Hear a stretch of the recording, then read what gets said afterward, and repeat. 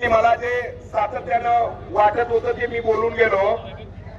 आपलं जे झोळंबी नावाचं गाव होतं धरणाच्या, आपले सगळे धरणग्रस्त विशेषतः शाहूवाडी आणि शिराळा तालुक्यातले खाली वाळवा, मिरज आणि पलीकडे हातकणंगले, पन्हाळा या तालुक्यांच्या मध्ये वसाहती झालेल्या आहे. आमच्या शिक्षण संस्थेची एक खासियत आहे की खो खो आणि कबड्डी मध्ये नॅशनल खेळाडू असे शेकड्या तयार झालेले आहेत. आणि ते डोंगरी भागातले, ते मी तुम्हाला मुद्दाम सांगितलं. आमचा सावंत नावाचा एक विद्यार्थी, त्याचं गाव आहे पेट्रोलच्या वर, शेवटचं गाव, त्या ठिकाणी त्याचं होतं. तो आता वाळव्याच्या वसाहतीमध्ये शिवछत्रपती क्रीडा पुरस्कार मिळाला आणि रेल्वेमध्ये नोकरीला आहे. मी मगाशी मुद्दाम की 7 नंबरची खेळाडू जी आहे तिला तिचं नाव विचारलं, तिने मला नाव झोरे सांगितलं. मला काही क्लिक झालं नाही झोरे म्हणल्यानंतर. पुन्हा माझा एक विद्यार्थी 5वी ते 12वी पर्यंत आमच्या वसतिगृहामध्ये राहणारा, त्याला आठवते का नाही माहिती नाही, तो 12वी पास झाला आणि तो रत्नागिरीला जायचा होता. त्याला प्रवास खर्चाला म्हणजे तू पैसे घे, डीएडचा फॉर्म आण. तो तुकाराम झोळे माझ्याजवळ आता, तो म्हणला सर माझी मुलगी आहे ती. मी थोडासा इमोशनल झालोय. मी यासाठी हे सांगतोय सगळं की सिरियसली आपल्या भागामध्ये, डोंगरी भागामध्ये काटकपणा अंगात आहे, गुणवत्ता ठासून भरलेलं आहे. आणि ती गुणवत्ता आहे हे कैक वेळा अगदी विश्वास नांगरे पाटलापासून आनंद घोडे पाटलांच्या पासून आपल्या ग्रामीण भागातले विद्यार्थी दाखवत आहेत. एमपीएससी मध्ये म्हणजे बौद्धिक क्षेत्रामध्ये पुढे आहेत आणि क्रीडा क्षेत्रामध्ये पुढे आहेत, सुद्धा पुढे आहेत, हे त्यांनी वारंवार दाखवून देण्याचं काम केलेलं आहे. मित्रांनो, मी तुम्हाला सांगतो, त्यांना फक्त योग्य दिशा देण्याचं काम आहे. इथल्या शाळा, मराठी शाळा, इथले हायस्कूल, इथले कॉलेज, इथल्या शिक्षकांनी जर गुणवत्तापूर्ण काम केलं तर आमचा विद्यार्थी या देशामध्ये नाही तर जगामधल्या स्पर्धेमध्ये कुठेही कमी पडणार नाही. हे निश्चितपणे अव्वल दर्जाचा ठरणार, हे निश्चितपणे ते विद्यार्थी दाखवून देतील. फक्त वानवा आहे त्यांच्या मार्गदर्शनाची, वानवा आहे त्यांना योग्य प्रॉपर गायडन्स देण्याची.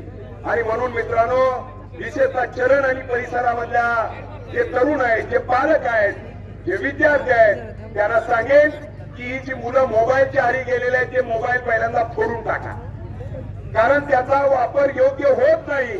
काही गावांच्या मध्ये निर्णय झालेला आहे, सकाळ सायंकाळी 7 ते रात्री 10 मोबाईल घ्यायचा नाही आणि टीव्ही बंद करायचा. आणि म्हणून जर आपण भविष्य काळामध्ये, विशेषतः मी जास्त काही बोलत नाही, पण आपल्या गावातल्या सगळ्या पालकांनी ठरवलं की या मैदानाचा उपयोग करायचा आणि इथनं मग तालुका, जिल्हा, राज्य, विभाग म्हणजे या सगळं ते राष्ट्रीय, देश पातळीवरले एशियन गेम, ऑलिम्पिक इतक्या गेम ते जिंकू शकतात, हे निश्चितपणे होऊ शकतं. आणि म्हणून गावकऱ्यांच्या अथक प्रयत्नामधून हे दीर्घकाळ बंद पडलेलं मैदान आपण सुरू केलेलं आहे आणि सुरू केलं. आणि 1 महिनाभरामध्ये संकल्प केला की इथं स्पर्धा घ्यायच्या.